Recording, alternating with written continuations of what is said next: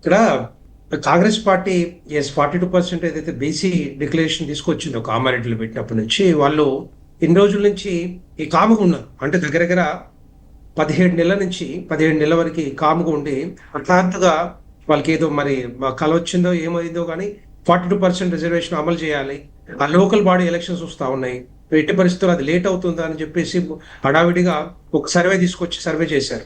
Survey ఎట్లా అయిందంటే ఆ సర్వే కూడా ఎంపెరికల్ సర్వే డేటా ఆ పూర్తి స్థాయిలో డీటెయిల్ సర్వే చేయకుండా ఏదో ఎంపెరికల్ గా అక్కడక్కడ కొంతమంది తీసుకొని, ఎందుకంటే చాలా మంది తెలుసు ఈ తెలంగాణ రాష్ట్రంలో ఇంటింటికి పోయి సర్వే చేసినట్టు ఎక్కడ కూడా కనిపించలేదు.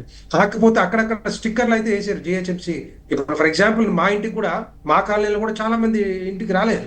కానీ అలాంటి సర్వే తీసుకొచ్చి తప్పులు తడగ్గా బీసీలను తక్కువ చూపిస్తూ దాన్ని రిపోర్టు అసెంబ్లీలో పెట్టి బిల్లులు ఆమోదం తెలిపిన తర్వాత గవర్నర్ గారు పంపించితే అది ఇప్పుడు కొంత టైం పడుతుంది. అదే అంటే ఎందుకంటే దాంట్లో ఆ 42%లో మళ్ళీ 52% ఉన్నారా, 55 ఉన్నారా, ఎంతమంది ఉన్నారా అనేది తెలియకుండా దాన్ని ఇంకో దానికంటే ముందు ఏంటంటే బీసీ కమిషన్ ద్వారా సర్వే చేయటం అది ఒక పెద్ద తప్పు.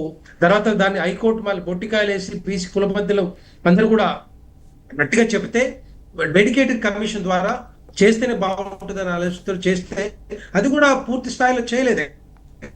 ఎక్కడ కూడా చేయకుండా బిల్లు మరి గవర్నర్ గారు పంపించడం, అక్కడ వేసి అక్కడ నుండి ప్రెసిడెంట్ గారు పంపించడం. నేనేమంటున్నా దీంట్లో వీళ్ళు ఈ 42%లో నిజంగానే బీసీల మీద చిత్తశుద్ధి, బీసీలకి 42% కల్పించాలనుకుంటే దాంట్లో ముస్లింలు ఎందుకు యాడ్ చేస్తున్నారు?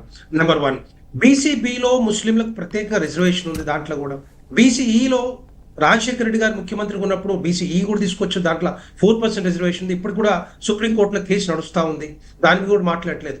ప్లస్ దీనికి బిసైడ్స్ ఆల్ దీస్ థింగ్స్ మళ్ళీ దీంట్లో 42%లో మళ్ళీ ఒక 10% ముస్లింలను తీసుకొచ్చి దాంట్లో యాడ్ చేద్దామని ఒక ప్లాన్.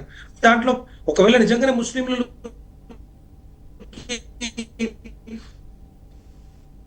ఏది ఓవైసీ దగ్గర నుంచి మిగతా అందరికీ బి కానీ ఈ కానీ కదా, దీంట్లో ఎందుకు యాడ్ చేస్తున్నా అని చెప్పి క్వశ్చన్ మార్క్. అది తీయకుండా 40% బీసీలకి కంప్లీట్ గా ఇస్తే అదొక డెఫినెట్ గా వాళ్ళకి ఉపయోగపడే అవకాశాలు ఉంటాయి. దాని మీద తెలంగాణ రాష్ట్రంలో బీసీ సమాజం ఎంతమంది ఉన్నారో వాళ్ళందరూ కూడా ఉపయోగించుకునే అవకాశాలు ఉంటాయి. కానీ ఇది ఏంటంటే అడావిడిగా తప్పులు తడగా తీసుకొచ్చిన రిపోర్ట్ ని బిల్లుగా చేసి దాన్ని యాక్ట్ కాకముందే జీవో రిలీజ్ చేయడం అనేది ఇంకొక పెద్ద మిస్టేక్ గవర్నమెంట్ ఆఫ్ తెలంగాణ చేసింది, కాంగ్రెస్ ప్రభుత్వం చేసింది. ఎప్పుడైనా కూడా బిల్లు అయిపోయిన తర్వాత దాన్ని యాక్ట్ అయిపోతే యాక్ట్ కింద జీవో వస్తుంది తప్పితే జీవో కానీ అమెండ్మెంట్స్ కానీ మిగతా మెమోరాండమ్స్ కానీ ఏవైనా కూడా వస్తాయి. కానీ వీళ్ళు రాకముందే నిన్న సీనియర్ కౌన్సిల్స్ కూడా కాంగ్రెస్ పార్టీ తరఫున వాళ్ళు ఏం వాదిస్తున్నారు, యాక్ట్ అయిపోయింది, యాక్ట్ తరఫున జీవో రిలీజ్ చేసిన ఉంటారు. ఇది తప్పది. అంటే they are misdirecting even high court also as well. So ఇలాంటి అన్ని కూడా ఏంటంటే బీసీ సమాజాన్ని మోసం చేయడానికి చేస్తున్న ప్రయత్నం ఇదంతా కూడా. ఒకటి దాంట్లో ఇంకోటి ట్రిపుల్ టెస్ట్ అనేది ఉంది. ఆ ట్రిపుల్ టెస్ట్ లో ఎక్కడ ఒకటేమో 50% క్యాప్ సీలింగ్ ఉంది కాబట్టి దాన్ని మించకూడదు అని చెప్తున్నారు. అంటే ఇప్పుడు ఆల్మోస్ట్ ఇది 42%, అది 15% ఎస్సీ ఎస్టీలకి 67% అవుతుంది. అది ఎందుకంటే 3 జడ్జిమెంట్స్ ఉన్నాయి దాంట్లో. క్లియర్ గా సుప్రీంకోర్టే క్లారిటీ ఇచ్చింది. ఒకటి ఇందిరా సహాని కేసు కానీ, రెండవది విలాస్ కిషన్ రావు కేసు కానీ, మూడవది Krishnamurthy versus union government of India కానీ. మహారాష్ట్రలో మనం చూసాం, మహారాష్ట్రలో ఎన్నికలు జరిగిన 2 years తర్వాత ఎలక్షన్స్ మొత్తం కూడా క్యాన్సిల్ చేసిన పరిస్థితి కనపడతా ఉంది. అంటే రేపొద్దున ఒకవేళ ఈ రోజు నోటిఫికేషన్ వచ్చినా, ఈ రోజు ఒకవేళ ఎలక్షన్ కండక్ట్ చేసినా, రిజల్ట్స్ వచ్చిన తర్వాత సర్పంచ్లైనా, ఎంపీటీసీలైనా, జెడ్పీటీసీలైనా కూడా రేపొద్దున క్యాన్సిల్ చేస్తే ఎవరు తీసుకుంటారు క్రెడిట్? డిస్క్రెడిట్ ఎవరు తీసుకుంటారు?